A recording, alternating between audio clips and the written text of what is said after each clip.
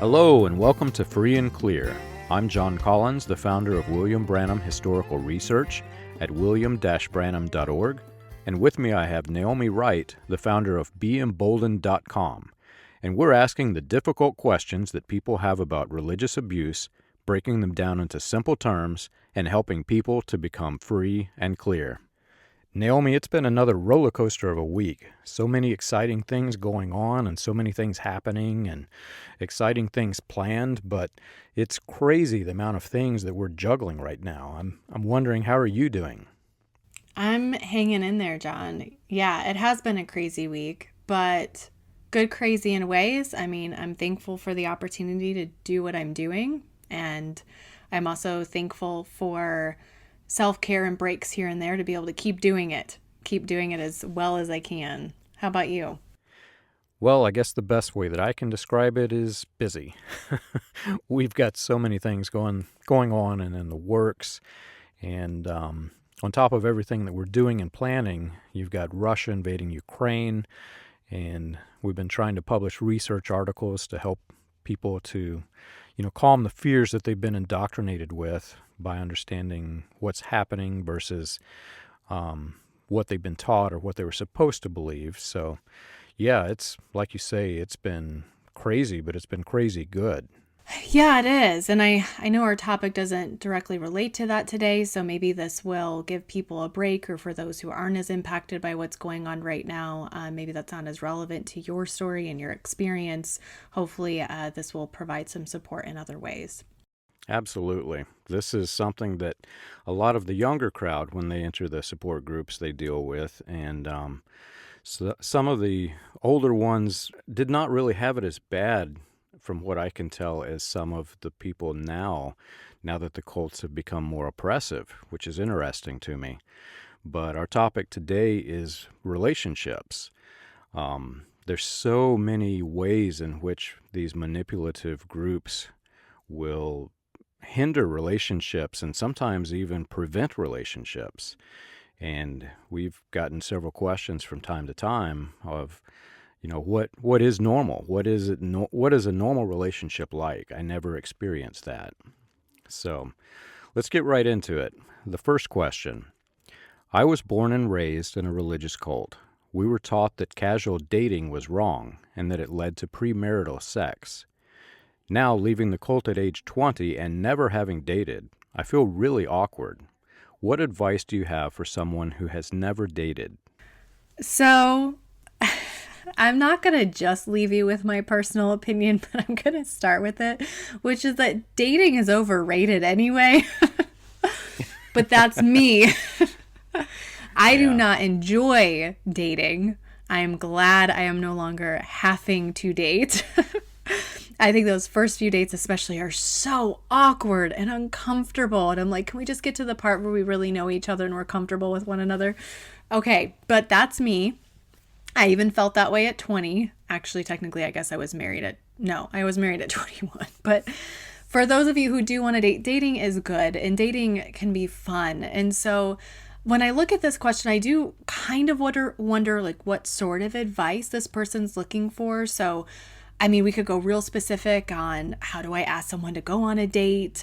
So I'm not sure exactly where to go with this. So I'm going to kind of give an overall statement that there are different views on dating within Christianity at large. I have found some of them to be very harmful, where they force people into a very serious relationship too quickly, where the individuals don't really know one another yet. And maybe they don't even know what they're looking for yet in a partner, like what's a good fit and what's not, what's going to be able to withstand, the long haul of maybe 50 years married versus what's just, oh, I think that person's attractive. And so I think there's a lot of good in getting to know someone well before you decide to spend the next who knows how long connected to them. And dating allows you to do that. It allows you to figure out, oh, I like this, or I don't like that, or it's too much tension. It's not going to go well. I don't see this making it if I want to marry them. And so dating serves a really good purpose. And also, again, it can be enjoyable. You're getting to know new people. You're getting to learn how to communicate yourself. Like, how do you answer questions about you? What are you comfortable sharing? How do you handle different social situations if you're going to a get together versus you're going to dinner together? There's all these different socialization aspects that come out of dating as well. It can be really beneficial for someone's growth and development into adulthood. And can dating lead to premarital sex? A lot of things can lead to premarital sex, and dating is not the only thing. And so within Christianity, yes, there is the belief that it is God's will for our lives to wait until we're married to have that depth of, physical connection, which then has a spiritual connection. I don't want to get too into that. The point that I'm making is,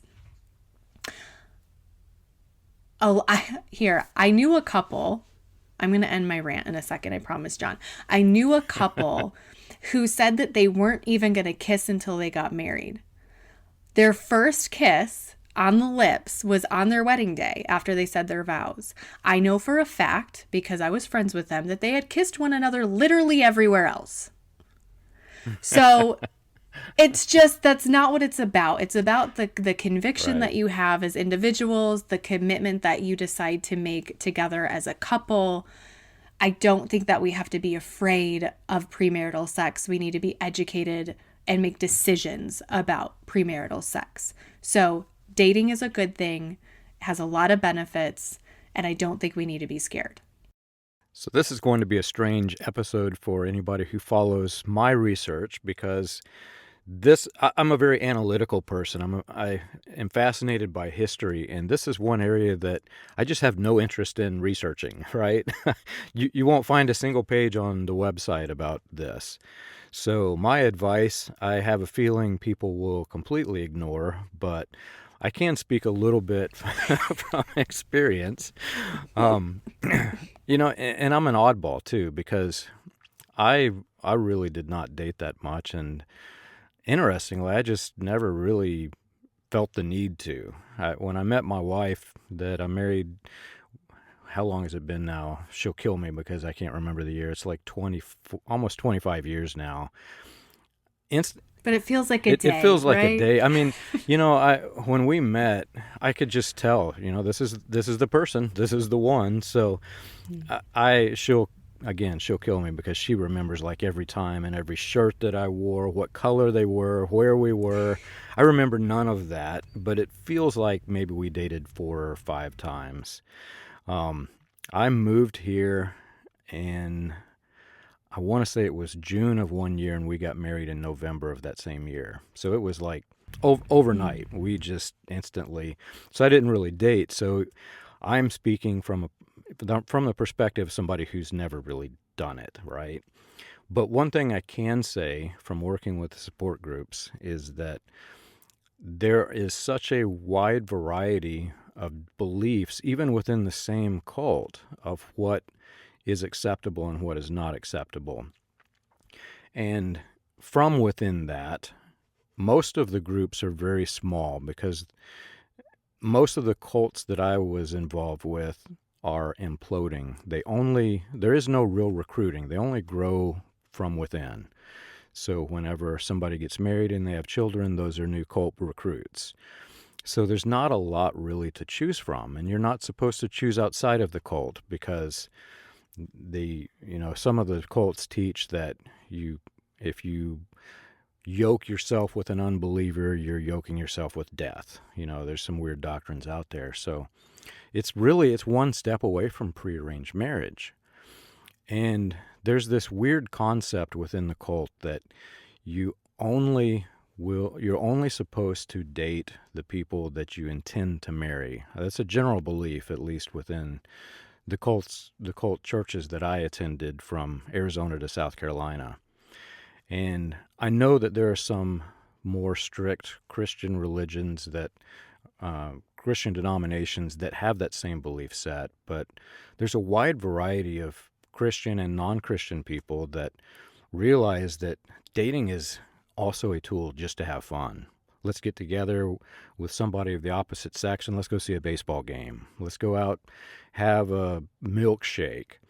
And generally, when I get this question in the support groups, it's usually from somebody who feels guilty whenever they're having fun because they're not with somebody that they intend to marry, if that makes any sense. When it's that's what this is all about. It's so that you get to know people. You're not going to marry every single person you date, right? You're going to be with a few people, find what you like, what you dislike.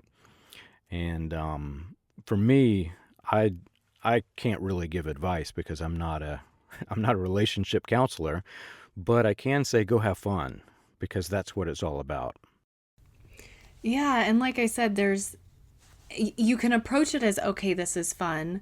And I see from, like I said, just the socialization aspect of it and the growth and development of the person. You're doing more than just having fun. Like you are learning how to communicate. You're learning how vulnerable do you want to be, how to share about yourself, how to ask and get to know another person, how to behave with someone else, like in public and in this situation versus that situation. So there's a lot that comes from that can benefit people later on when they're meeting someone new. Even say they were like they're in a new job and they're taking on clients. Well, they're better equipped to be talking with people and establishing these relationships. So it carries over to other areas of life. Is it the only way to get that kind of socialization training? No, but it is a really good way to get it. And because of that, I don't even see it only as fun. Not that that in and of itself isn't good enough. It is good enough. But there's this additional benefit too. And we're talking about young people who just, especially if they've had this kind of background, are unlikely to have had really good socialization. They're unlikely to have had that. And so it can help in these areas. And I see a lot of benefit there. Yeah. And not to use the car analogy because I usually get a lot of negative feedback, but Oh it can gosh. be compared like you're never going to go to buy a car if you don't hear the engine run, right? I mean, again, I'm a logical person, so this is probably not going to be advice that anybody wants to listen to, but what's a better way to say it? There are a number of people in the support groups who got married and they left the cult that they were in and they stayed married because they chose the right person. They chose somebody that they can live with forever. There are other people in the support groups that as soon as they became free enough to basically wake up and understand that they had chosen somebody who was physically abusive or violent or had a severe personality disorder. And some of them have actually said, if I had have only just spent a little bit of time with this person before we got married, I would have realized this is probably not the guy that I would have married or the woman that I would have married. And dating is a way that you find out what people are like. It's how you explore their personalities. And if you never explore it, you're never starting the engine of the car to hear it run before you buy the car. So I just have to look at it like it's an experience as well. John, that is the first time. The reason I said, oh gosh, was because I thought you were taking it in a different direction. I have never used that analogy I've never heard it used in regards to personality. I've only Oh, heard it used in regards to sex.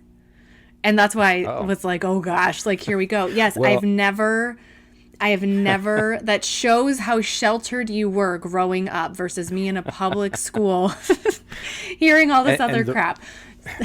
and the funny part of that is, as I was speaking, I almost said you would never take it for a test drive, and then I knew that every single person listening is going to think about sex, so I changed it to you would never hear the engine start. So for those of you who've had, again, the reason I said already, like, premarital sex, I'm going to leave that. I'm not getting into that. It's a whole separate conversation. And that's why Right. it's not that we're not willing to have that conversation. It could be a future episode, but we're only on question one and we're 15 minutes into the episode already. So it's just a whole separate conversation. So please know it's not a lack of willingness or desire to talk with all of you about it. But it needs to be its own thing. And yes, I totally agree with the car analogy. in that scenario of you want to know what you're committing to, and good heavens, like I will say, even my husband and I, we met and we got engaged 4 months later, and we were married at 8 months. And that was harder than it needed to be. So, John, like we have maybe a slightly different story. I don't know what your first year or couple of years looked like, but we could have been set up better had we had more time. We are also both very strong personalities that clashed in a lot of ways, and like the things I did that triggered him, the way he responded triggered me, so it was just like a trigger mess. And it was just this trigger war going on, and so we just had a lot of stuff to work through, and I think we could have done it safer and healthier if we had our own spaces to go home to, and we weren't also trying to navigate finances and dinner prep and all these other things. So I want to encourage people to take that into account, like those day-to-day necessities that marriage requires you to tackle is just another layer of stuff that you have to be working through. If you know you're going into it with stuff to already work through, like more time sometimes can be helpful. Very much depends on the couple and the situation. It obviously worked out for us. Like we're still together. We had celebrated 9 years together actually on the 9th. So we're making it, but I think we could have had an easier way. And as far as how much I dated, we just don't need to get into that. So John, you and I do not have the same story, but I wish I were you in a lot of ways because yeah, it's not my favorite thing. So next question. Next question. A few years ago, my wife and I decided to leave the cult that we raised our children in. The further we distance ourselves from it, the more we realize how negatively it impacted all aspects of our lives. I'm worried that our exit will hurt our relationship that we have with our children as they get older and realize what they were involved with. Do you have any advice for us? Oh, this is a sharp turn because we went from something that seemed a little bit more light in ways and things like that, looking on us being old people at this point, looking back. But this one, gosh, this is heavy. And I feel this question. I have a couple of things I'd want to say. First, be honest with them. Be willing to talk about it and share what you've learned. At any age, children are picking up on more than we necessarily realize. And so being willing to approach children, whether on the younger side, teenagers, adults at this point, being able to approach them truthfully, showing humility. People are not as exempt from something like this happening to them as they often like to think they are. And even using this as an opportunity to warn them of, hey, this is what I learned. This is what I would do differently. And I want to share that with you because I want you to be better equipped because I don't want this to happen to you. And I wish that this hadn't happened. And I apologize for mistakes that I've made maybe throughout that time period of being in the group. If I disciplined you in ways that I now wish I hadn't, as one example, if I made decisions for your life that I wish I hadn't made, I apologize to you for that. I wish I could do it differently. I can't take it back, but I can tell you I had my own process to go through, and I had my own indoctrination, my own level of mind control. And there's so much that I was going through that I'm so thankful to be out of now, but I want to be open and honest and share that with you, in hopes that it will help grow our relationship and deepen our relationship, as well as help teach you and equip you not to do the same. And continue to invest in your own healing process. Prioritize that. In addition to the obvious benefits, like this will also model your desire for improved health to your children and model to them the importance of their healing process from whatever they have going on from that past experience. My advice for this is, again, a car analogy. What? Look through the windshield while you're driving, not the rearview mirror. And I say that kind of lightheartedly and jokingly, but I'll be honest, this is a very real problem for me. This question is something that I personally have to deal with, myself and my wife. We had 3 children that were raised in a cult. The oldest one remembers it, and the youngest one does not. And looking back and all of the conversations that we've had post-cult and pre-leaving the cult, there are so many things that we did wrong, and we couldn't help it. We were in a cult. There are so many things we did right, and maybe the cult influenced, maybe the cult did not. But it really becomes irrelevant. The relationships, even if you did things horrifically wrong, can still be mended. And if you look towards the future and you realize if there is a certain area that's wrong, go address it. There's counseling available, there's family counseling, etc. Or just, simply, if I don't know the age of the children, but if they're old enough to just, go out and have coffee together or whatever, talk through it.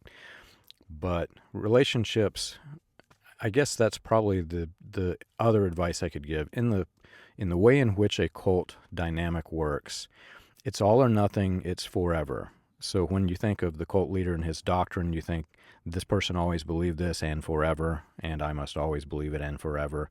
It's all static because your mind has been manipulated into this snapshot in time that never changes. But the real world isn't like that. Things change, people change, opinions change, relationships change, and you have the power to correct it and change it. And if you feel like you don't have the power to correct it and change it, then you may still have some cult baggage that's holding you back. And that's probably what needs addressed. You need to take the bull by the horns and address the situation and move forward.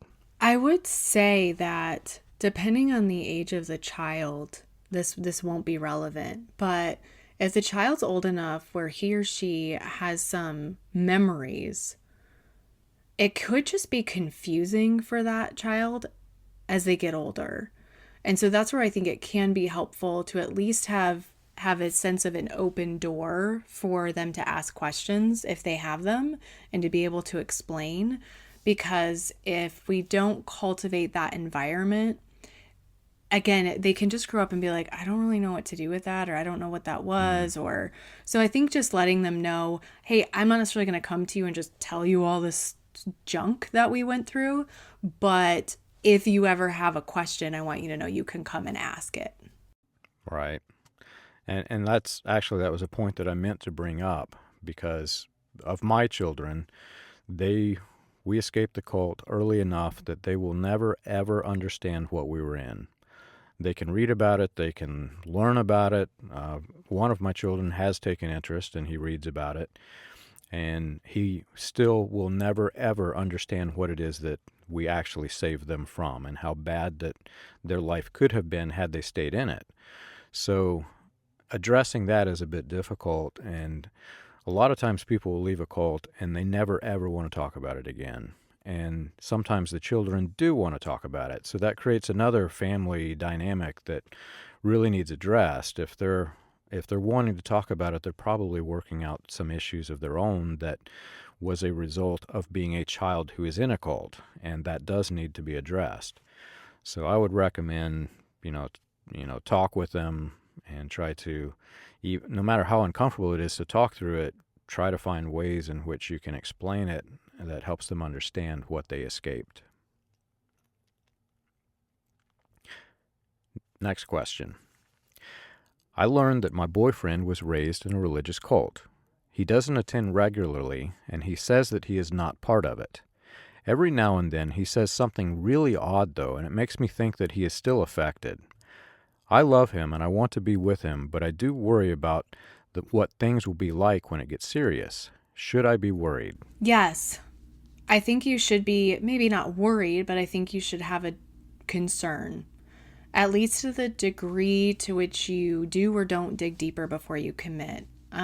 Digging deeper into this is going to be really important before you move forward because, whatever you've heard or read from John or myself, this indoctrination can go really deep. It just can really be in someone and it can just pop back up and they don't even realize it's still in there. So I would want to know, does he recognize that he has some residual from his upbringing that, he wants to look into, maybe something that he wants to work on or continue to heal from? Is he willing to be humble and admit that he said something problematic and apologize to you. So I'm imagining if he said something harmful, again, I don't know what he said, but if it's been cult influenced, it may have been something that was really hurtful to hear. And so is he willing to say, "Ooh, yeah, you're right. Like that wasn't good. I apologize for that. Like I want to handle that differently next time." Is he open to seeking support, such as meeting with a couples therapist or someone independently if he needs that, or reading a book or following along on a podcast such as this one? I would assume, and we know what they say about people who assume. So, there's a caution there. I am assuming, but from an educated perspective, he's likely still affected in ways. It's really tough to not be in any way to any degree. Like things just tend to come up and we recognize them and we work on them, and then something else may pop up, or it pops up in a deeper way. And we're like, oh gosh, got to go back and address that. And so what I would say my deal breaker was for me personally when I was considering marrying Michael, my deal breaker was if Michael was unwilling to recognize his fault in a situation, to be humble and be willing to say, I messed up and I want to correct it. I want to apologize and I want to lean into growth. Like I want to continue to grow and learn. I don't think I've arrived somewhere. I don't think I've hit perfection. I know that it's a lifelong journey of growing and healing, and I'm going to embrace that process with you. So if Michael would not seek healing and continued development as a human being, then I was out. I wouldn't have married him. And he doesn't have the same background as I do or as John does, but he's got his own stuff. Everyone does when they come into a relationship. I will do the hard stuff, but I won't do it alone. And I will not be stuck in a relationship in which my partner thinks he has arrived and so he doesn't have any work to do. So I made that decision before I got remarried, because I was married at 21 and divorced. It was finalized at 24. That's my biggest message to you. Yes, have some concern. I don't think you have to be worried, because you get to make a decision. You have power in this decision, and that's something that I would say, I'm going to speak to women specifically here. I'm not saying that it doesn't apply to men, but in a patriarchal cult, I would say women in particular have been taught that they don't have any power and they don't have any control. You do have power and control over whom you're going to marry. And so I don't think you have to be worried. It's more of, yes, I'm aware that there's something going on. I want to investigate it further. And here are some questions. Here are some things I want to check out. And, write those questions down. Is he willing to do these things? And if so, then you're likely going to be good moving forward. But I would still take some time and make sure he's living it out. I wouldn't marry this person in 3 months. Like I would give it some time and know that he could be an incredible guy who's trying and just needs someone who's also just going to love him in that. If he says, yes, I want to be a part of the process, and he needs someone who's going to say, all right, I'm going to do it with you. Because this is really tough stuff, and it's really tough to do alone. And also a good example of my previous comment that people and opinions change. When I first started working with the websites, and even before I had a support group, I started getting this question, and my response was different than it is now. My response used to be, don't worry, just watch it, be careful, pay attention, but it's actually it's a lot deeper than that. And I have to be more careful now how I address this so that people fully understand. It's an interesting question for me because I would have never even dreamed of dating or marrying somebody outside of the cult. We were literally programmed not to do this, as are many, many religious cults. The only ones that I have encountered in my studies that are not are those that recruit through sex. Usually those who do not recruit through sex tell you that it needs to be somebody who is part of the cult and has your belief system, because you cannot yoke yourself not with unbelievers is the typical doctrine. So what happens is whenever a person is in this state, he still has that in the back of his mind, or she still has that in the back of her mind. And though they may seem like they're not affected, their brain is literally playing tug of war with itself. One part of them is pulling them towards the cult and wanting to pull you towards the cult. And then their authentic self, no matter what level it's broken free, is trying to pull itself away to become free, because part of this person realizes that something is not right. They may not realize that it's a cult, but they realize something's not right. So you're literally at this point dating a person whose brain is playing tug of war with itself. And the reason that I changed my mind is I started getting stories from people who did go through with the relationship and did get married to a person who was semi in the cult. And I use that word loosely because most of the examples of people contacting me, their husband had not even attended church in many years.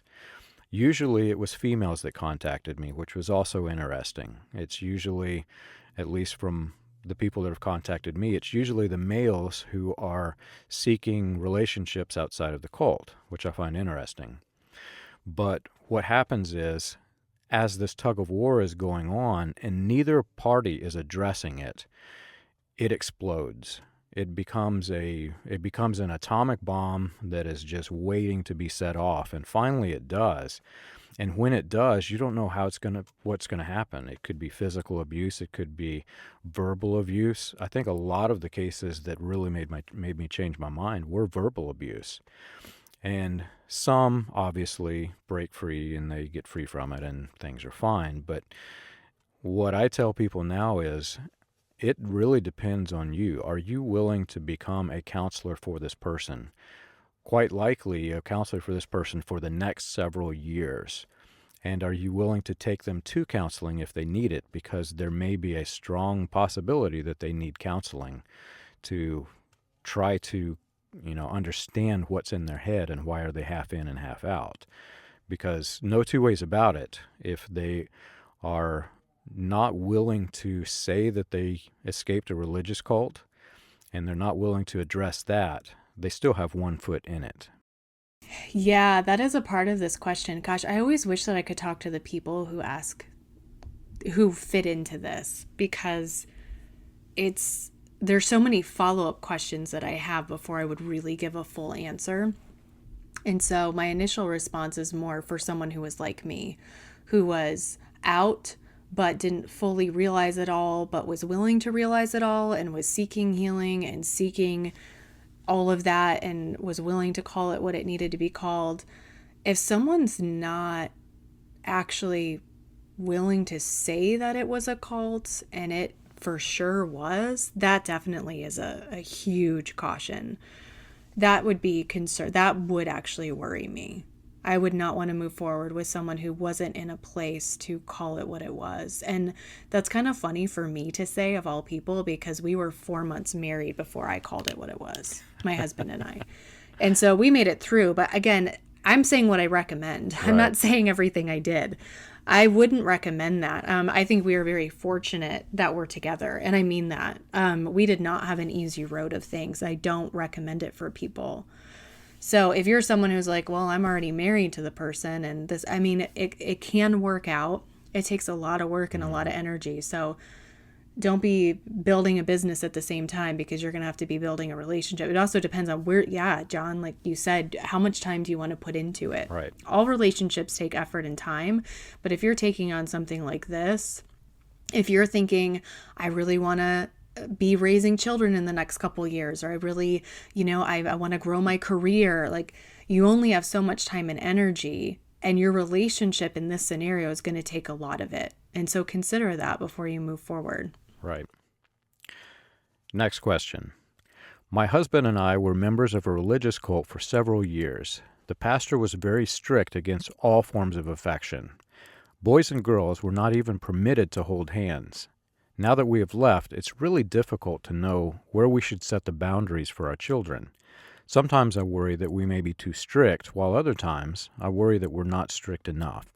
Where do we find normal? John, I'm going to make one more comment about that previous question, because I'm just feeling it right now of, what if someone who's listening is like me and they're the person who is now thinking, well, gosh, what if someone wouldn't want to date me? What if someone wouldn't want to marry me and take on my history?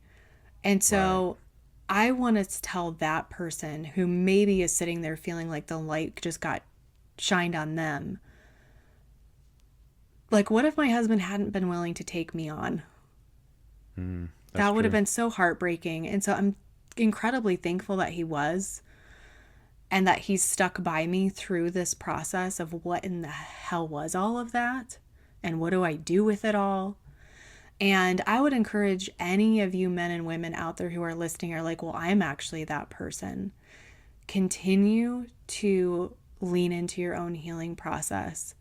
And when that person comes along, not only will you be further down the road, but you will also have really good, just healthy practices set up in your life that will show that person you are working on it. You know, you are Mm. committed, and you are going to, you're not just going to say, "Oh, this is my stuff and you have to deal with it."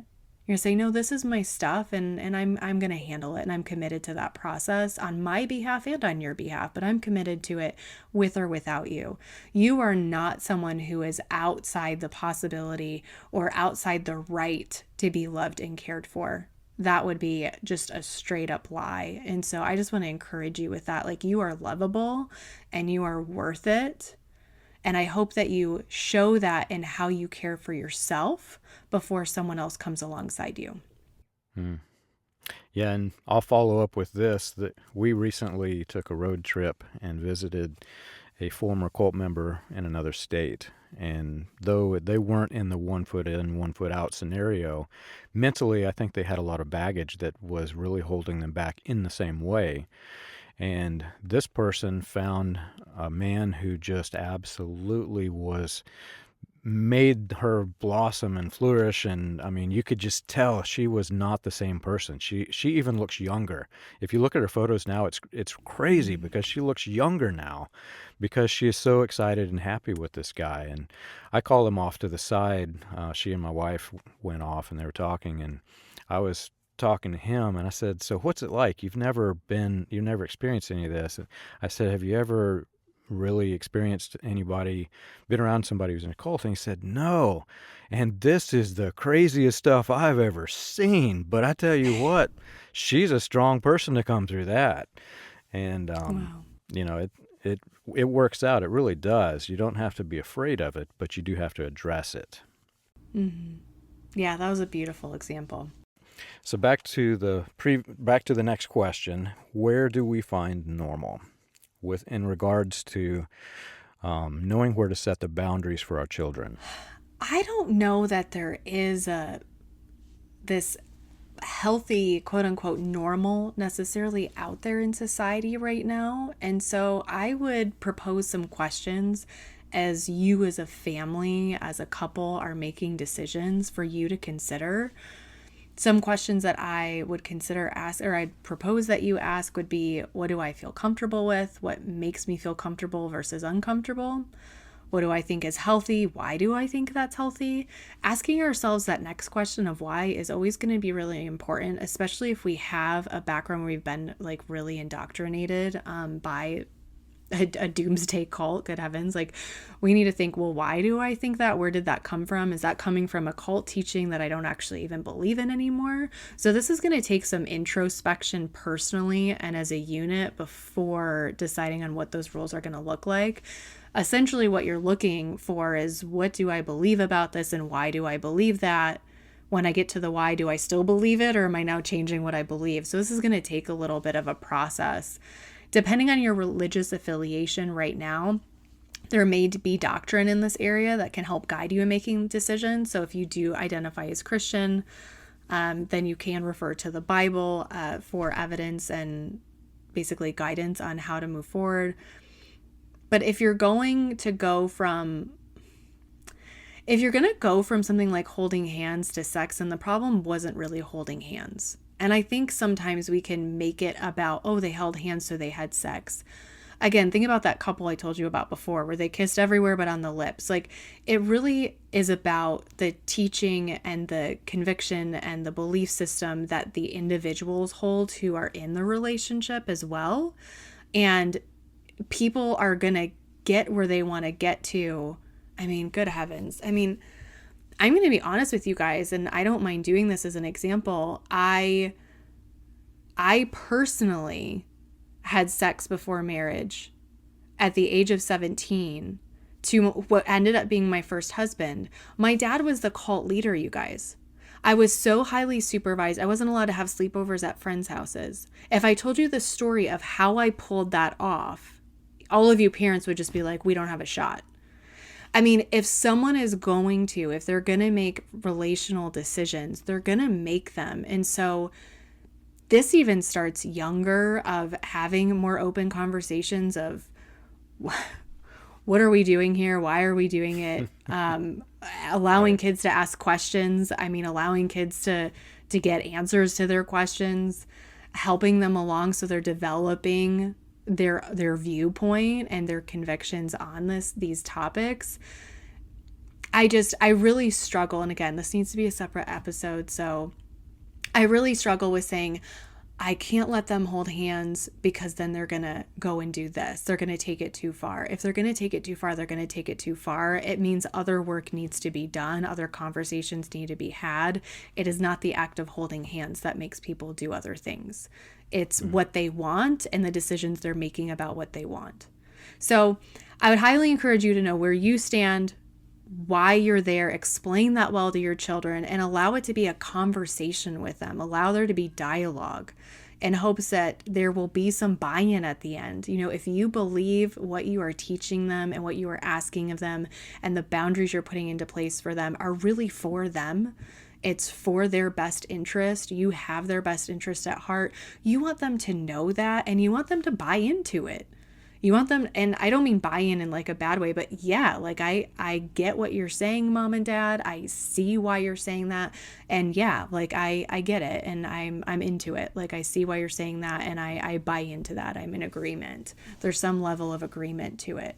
So as far as healthy, normal, I mean, there's such a variety of how families handle this, but that's kind of my groundwork. I think we need to be introspective, and I think we need to welcome our kiddos into a conversation. Right. I added this question because it's one that I've gotten a few times, but to be honest, this is not a cult or non-cult question. This is just a life question, right? As a parent, how do I parent? How do I give guidance to my children? What's interesting is I grew up from Arizona to South Carolina, and I went to so many different cult churches. I've mentioned it several times. When we moved back into this area, I remember, granted, this is a very fundamentalist cult in this area. This is, if you were to look at the Pentecostal cults or the Mormon cults and see the women with the long dresses and flowing hair, and your mind does not go to sex for teenage children. It's not something you think about or are concerned about. And when I moved to this city, I was warned by many people, not many, but several people, that a lot of the teenagers in this church were having sex together. And it blew my mind. I'm like, really? There's no way. That's not possible. This is the cult that I was growing up in. This is the holy people, the righteous ones. And one of the first girls that I became interested in actually told me that she had just the week before with this other guy. And I mean, it gets so really weird. If you think that your cult is immune to this, it's not the case. You were just living blinded. And if you think that there is a normal, you're also blinded, because there is no normal. One of the cult churches that I attended, after church, the boys were not allowed to ride in the same car with the girls. That's how strict they were. And I remember there was two cars. I drove a Trans Am, which has two bucket seats in the back and two bucket seats in the front. And there was a girl that had this massive, I don't know what it was, Cadillac or Lincoln, some massive car. And there was only like three or four girls, but there was one, two, three, four, five, six. There's seven boys, myself included. And we all had to ride in my Trans Am for 45 miles because we weren't allowed to let the boy ride into this big, spacious, empty car. So I literally drove 45 miles with a guy laying across my lap dangerously in this car because of this strict religion.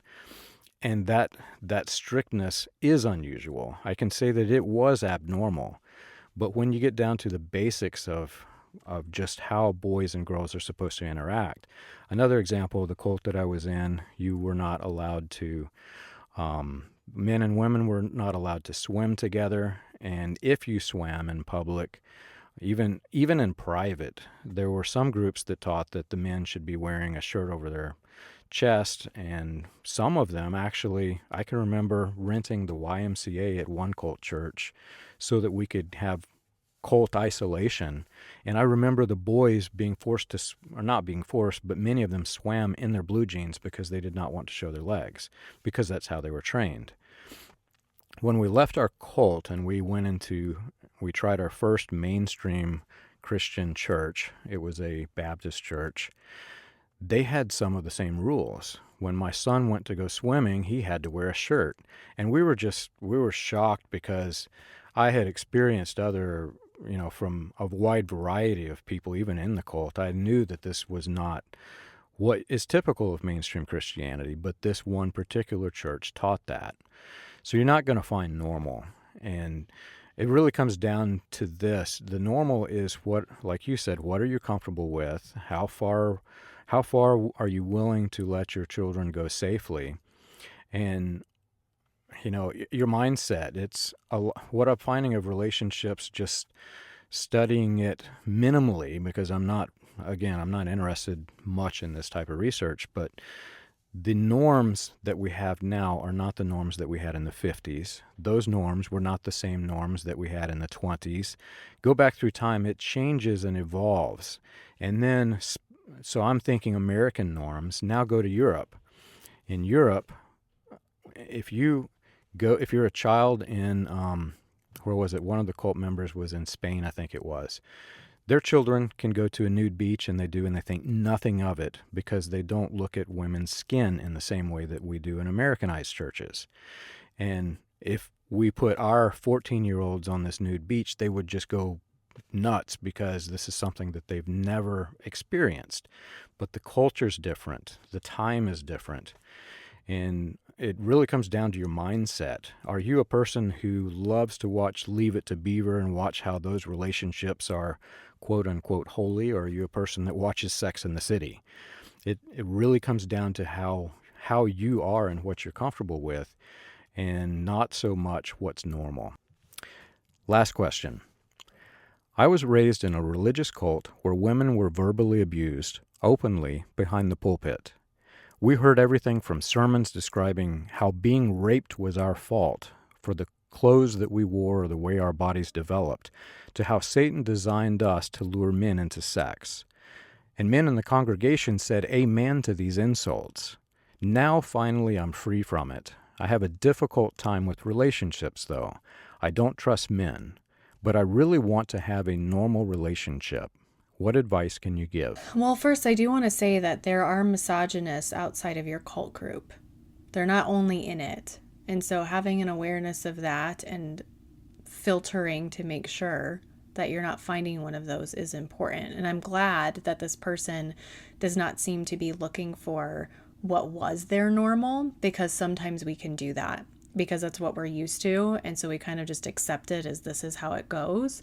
But there are also incredible guys who see women as having equal worth to them. There are many of those out there. And so those are the guys that we want to be looking for. While you can know this intellectually, though, it does take a lot more time for our emotions to get on the same page. With that, I'd recommend just taking it slow, going at a pace that allows you to acknowledge how you feel. You have experienced trauma. You've been indoctrinated. These experiences don't just go away on their own. And they don't go away super quickly most often. Like usually it's going to take time. And I'd encourage you to begin questioning the accuracy of those feelings based on the new world around you. And I think that takes time too. Be like, wow, I'm feeling triggered by this, or I'm feeling like I don't trust this person. Maybe I went on one date and I don't trust this person. Is there something that person did that is throwing a flag for you where you're like, I don't know about this. Like my spidey senses just went up, something's off.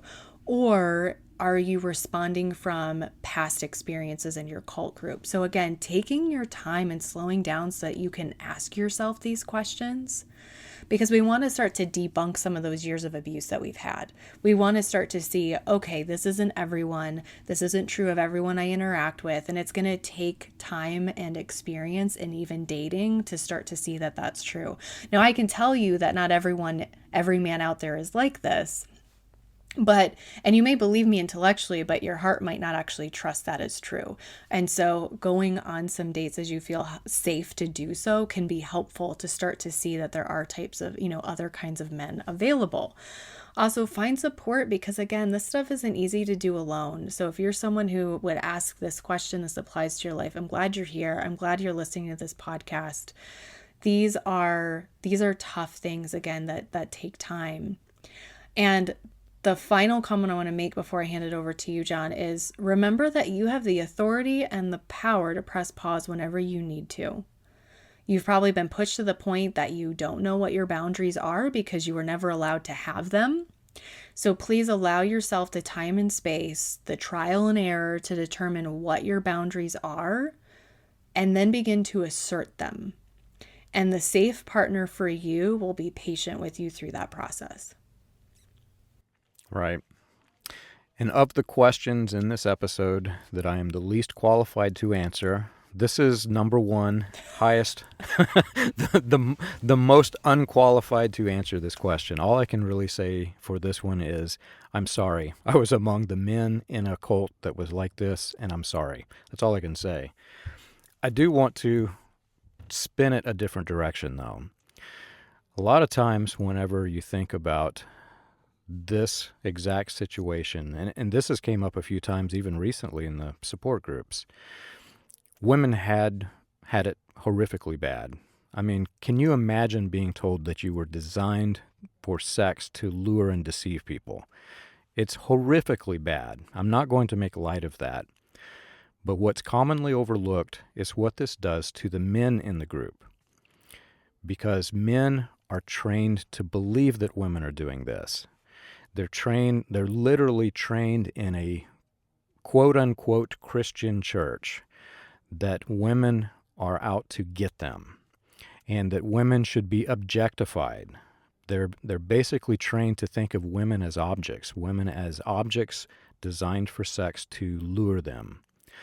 And what that does to the male brain is also just as horrific, but in a much different way, because it messes with their minds in the same way that it does the women, but it really teaches them improper thoughts and improper ways of thinking about life itself. If not for the females, there would be no life on Earth, because it takes a male and a female to reproduce. And the female is a blessing to the man, according to the Bible, if you're a believer in the Bible. It's not in any way, shape, or form a resemblance to Christianity, this type of doctrine. But for the men, it creates a wide range of issues, some of which I know people personally who are going into counseling for this. Men have to, take a step back and reevaluate not just the cult doctrines and the religion, but their entire view of life itself. That's how deep this question runs. And my advice for the men is take that step back and reevaluate. If you are still a Christian, look at the Bible, read Genesis. It says nothing even similar to this. And read the rest of the book, and you'll find that women, out of the ancient religions that emerged at the same time as Christianity was almost the top in treating women with respect. There are other groups, there are other religions of the ancient world that also treated women with respect, but the ancient Israelites and the Christian religion itself was molded in such a way that lifted the woman up, not pushed them down. And this type of doctrine is such that it pushes women down, it oppresses them. And so my advice is take a step back, reevaluate, and change your mind, because this is horrifically wrong. I really appreciate that you brought up the issue, the men's side of this. I recently had reached out to one of my brothers who has oftentimes said to me, Naomi, this was so much worse for you as a female because of how women are treated and what's said about them and just how they're viewed overall. And it just really hit me one day of, but you as the male, you were taught all of this and you had all of this pushed on you. And you were also kind of reduced to you would only have a relationship with a woman for this reason, or you would only view her in this way. That's all you're capable of. That's so limiting and disturbing and disgustingly limiting. And you also were held to such a high expectation of behavior as the male, like all that you had, all that responsibility you had on you as being the leader of everything. And good heavens, I'm like, there's so much too on the men in these situations. And I personally, I do not feel that it's necessarily worse for the women. I think it's different. I think there are ways in which it is much easier for the men, and I think there are ways in which it's harder for the men. And so for any of our men out there who are listening, I'm rooting for you just as much as I'm rooting for the ladies. Absolutely. Well, this has turned out to be incredibly fun. I was thinking when we started this, how on earth can I finish this? What can I give of value to this conversation? But, there's so much to talk through and so much to think about. And quite frankly, it brings up a lot of old memories that I had in the cult. And it really makes me think about how much different it is now that I've left. So hopefully it's helped somebody, and hopefully it's lifted somebody up who needed a pick-me-up. If you have questions that you'd like to hear answered on our show, please send them to us. You can contact us on the contact page of freeandclearshow.com, and we'd love to hear from you. We want to help you become free and clear.